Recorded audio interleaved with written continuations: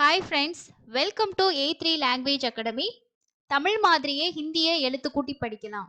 ஹிந்தி எழுத்துக்களோட உச்சரிப்பும் அதை எப்படி எழுத்து கூட்டி படிக்கணும் அப்படின்றத நீங்க தெரிஞ்சுக்கிட்டா இதற்கான தொடர்ச்சியான வீடியோஸை நம்ம ரெகுலரா பார்த்துட்டு இருக்கோம். இன்னைக்கு நம்ம 3வது லெசன் பார்க்க போறோம். ஸோ வீடியோவை லாஸ்ட் வரைக்கும் ஸ்கிப் பண்ணாம பார்த்து நீங்களும் ஹிந்தி எப்படி எழுத்து கூட்டி படிக்கிறது அப்படின்றத கத்துக்கோங்க. வாங்க இன்னைக்கான லெசனை ஸ்டார்ட் பண்ணலாம். இன்னைக்கு இந்த வீடியோல நாம பார்க்க போறது மெய்யெழுத்துக்கள். அதாவது தமிழ்ல மெய்யெழுத்துக்கள்னு சொல்லுவோம்.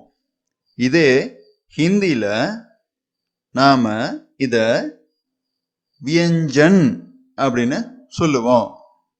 இதுல மொத்தமா 39 எழுத்துக்கள் இருக்கு.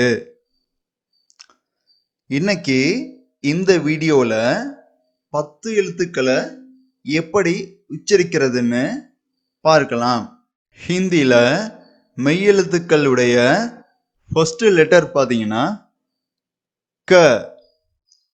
க அப்படின்னு சொன்னா தமிழ்ல நீங்க எப்படி க சொல்லுவீங்களோ அதே மாதிரி க அப்படின்னு நீங்க இதை உச்சரிக்கணும்.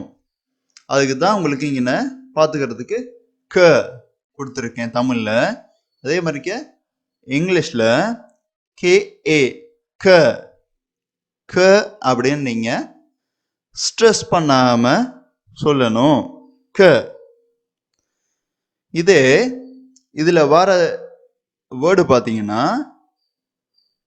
ஹிந்தியில கமல் அப்படின்னு சொல்லலாம். கானா மானா இல்லைன்னா கமல். கமல்னா தாமரை அப்படின்னு அர்த்தம். சரிங்களா? இதே ஹிந்தியில மெய்யெழுத்துக்களுடைய 2வது எழுத்து க. இதை நீங்க ஸ்ட்ரெஸ் பண்ணி உச்சரிக்கணும். சரிங்களா? க க கன்னா க க அப்படின்னு சொல்லணும். KHA க அப்படின்னு நீங்க உச்சரிக்கணும். சரிங்களா? இதுக்கு பாத்தீங்கன்னா க கர்கோஸ் அப்படின்னு நம்ம சொல்லலாம். கர்கோஸ்னு சொன்னா முயல். சரிங்களா? இப்போ உங்களுக்கு டிஃபரன்ஸ் புரிஞ்சிருக்கும் நான் எப்படி உச்சரிச்சிருக்கேன்னு. இது க சிம்பிளா க கமல் சொன்ன. இது க கர்கோஸ் அப்படின்னு சொல்லியிருக்கேன், முயல். சரிங்களா? இப்போ ஹிந்தியில இதுல 3வது லெட்டர் பார்த்தீங்கன்னா மெய்யெழுத்துக்களுடைய 3வது. இப்போ ஹிந்தியில மெய்யெழுத்துக்களுடைய 3வது லெட்டர் க. இப்போ தமிழ்ல ஒரே ஒரு காணாதான் நம்ம உச்சரிக்கிறோம் எல்லாத்துக்கும். ஆனா ஹிந்தியில அப்படி கிடையாதுங்க. இந்த எழுத்தை நாம க பாருங்க GA க க அப்படின்னு நாம உச்சரிக்கணும். க அப்படின்னு சொன்னா க லா கம்லா அப்படின்னு ஹிந்தியில சொல்லலாம். கம்லான்னு சொன்னா பூந்தொட்டி அப்படின்னு அர்த்தம். சரிங்களா? நெக்ஸ்ட் பாருங்க, ஹிந்தியில மெய்யெழுத்துக்களுடைய 4வது லெட்டர். இது க க அப்படின்னு ஸ்ட்ரெஸ் பண்ணி நீங்க உச்சரிக்கணும். க. தமிழ்ல எல்லாத்துக்குமே ஒரே ஒரு காணாதான் இருக்கு. ஆனா ஹிந்தியில் அப்படி கிடையாது. இதை நம்ம க க க அப்படின்னு உச்சரிக்கணும். ஸோ இங்கிலீஷ்ல கொடுத்துருக்கேன் பாருங்க, GHA க க அப்படின்னு உச்சரிக்கணும். இதே ஹிந்தியில இதை சொல்லும்போது க அடி கடி கடி அப்படின்னு படிக்கணும். கடின்னு சொன்னா கடிகாரம் அப்படின்னு அர்த்தம். சரிங்களா? நெக்ஸ்ட் பாத்தீங்கன்னா ஹிந்தியில மெய்யெழுத்துக்களுடைய 5வது லெட்டர். இதை நாம உச்சரிக்கும் போது ங ங அப்படின்னு நாம உச்சரிக்கணும். தமிழ்ல இந்த எழுத்தை நீங்க எப்படி உச்சரிப்பீங்க? ங ங அப்படின்னு அதே மாதிரி ங அப்படின்னு சொல்றோம். இதுக்கு தான் வந்து GNA ங அப்படின்னு நீங்க உச்சரிக்கணும். புரியுதுங்களா? இதுல இந்த லெட்டர் எழுதும் போது பாத்தீங்க, சிம்பிளா ஒரு எஸ் மாதிரி போடுறோம், மேல ஒரு கோடு போடுறோம், பக்கத்துல ஒரு சின்னதா ஒரு புள்ளி வைக்கிறோம். இந்த புள்ளிய நாம ஹிந்தில பிந்தி அப்படின்னு சொல்லுவோம். தமிழ்ல நம்ம இந்த எழுத்துக்களை நாம எழுதும்போது அந்த எழுத்துக்கு மேல நாம ஒரு புள்ளி வைப்போம். இத நாம தமிழ்ல புள்ளி அப்படின்னு சொல்லுவோம். இதே ஹிந்தில அந்த மாதிரி ஒரு எழுத்து எழுதி இது மேல ஒரு புள்ளியோ இல்ல இந்த பக்கத்துல ஒரு புள்ளியோ இல்ல கீழே ஒரு புள்ளியோ வைக்கும்போது இத நாம பிந்தி அப்படின்னு சொல்லுவோம். சரிங்களா? இந்த இதுல பார்த்திருக்கிறது ஹிந்தில மெய்யெழுத்துக்கள், அதாவது இஞ்சன். இதனுடைய க வரிசையில உள்ள க க க க ங இந்த 5 எழுத்துக்களை பத்தி நாம டீட்டெயிலா பார்த்திருக்கோம். இதை நீங்க ஞாபகம் வச்சுக்கோங்க.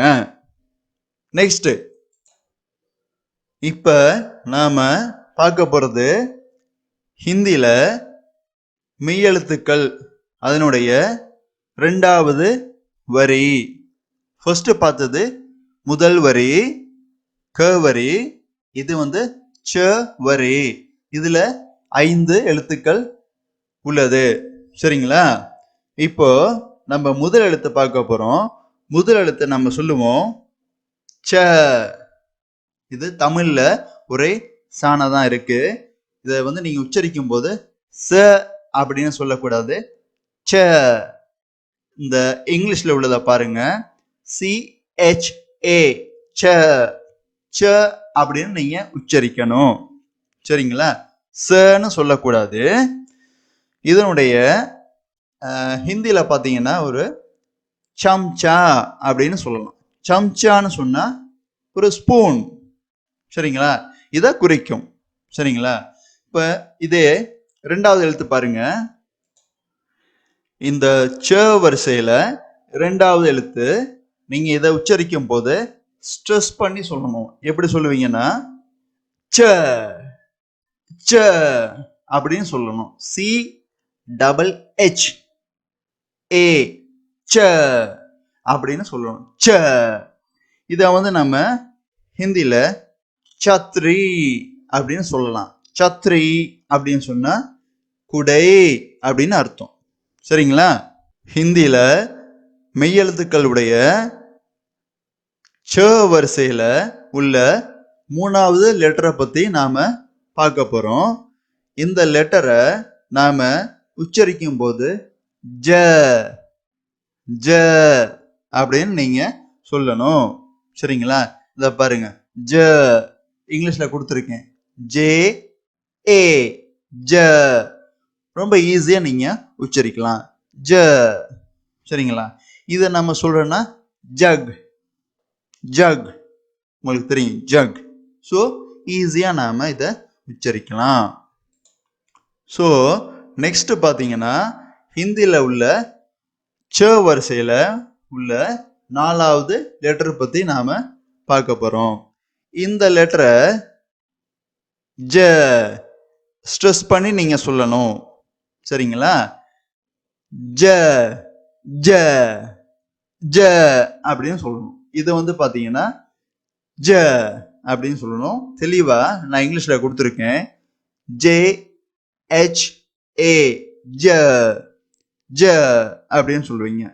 இது வந்து நம்ம ஜண்டா ஹிந்தியில் சொல்லலாம்.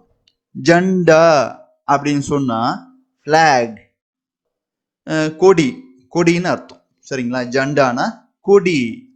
சரிங்களா?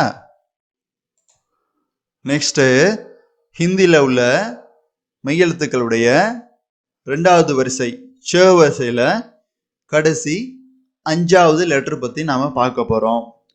இந்த லெட்டரை நீங்க ப்ரொனவுன்ஸ் பண்ணும்போது ஞ ஞ ஞ அப்படின்னு உச்சரிக்கணும். சரிங்களா? இந்த பாருங்க, இந்த லெட்டர் நீங்க தமிழ்ல எப்படி நீங்க உச்சரிப்பீங்க?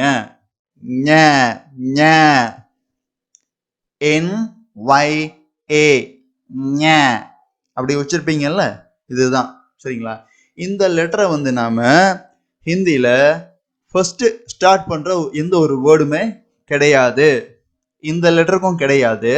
இதே மாதிரி ஃபர்ஸ்ட் நம்ம பார்த்த இந்த ஞ படிச்சோம் இல்லைங்களா, இந்த எழுத்துக்கும் எந்த வேர்டும் ஃபர்ஸ்ட்ல ஆரம்பிக்காது. சரிங்களா? இதை நீங்க ஞாபகம் வச்சுக்கோங்க. இந்த லெசன் உங்களுக்கு யூஸ்ஃபுல்லா இருந்துச்சுன்னா லைக் பண்ணுங்க. இது மாதிரியே நீங்களும் வந்து தமிழ் மாதிரி நான் ஹிந்தியை எழுத்து கூட்டி படிக்கணும், ஹிந்தியில நிறைய விஷயங்கள் கத்துக்கணும்னு நினைச்சீங்கன்னா சேனலை சப்ஸ்கிரைப் பண்ணிட்டு ரெகுலரா வரக்கூடிய எல்லா வீடியோஸையும் ஃபாலோ பண்ணுங்க. இன்னொரு யூஸ்ஃபுல்லான வீடியோல மீட் பண்ணலாம். தேங்க்யூ.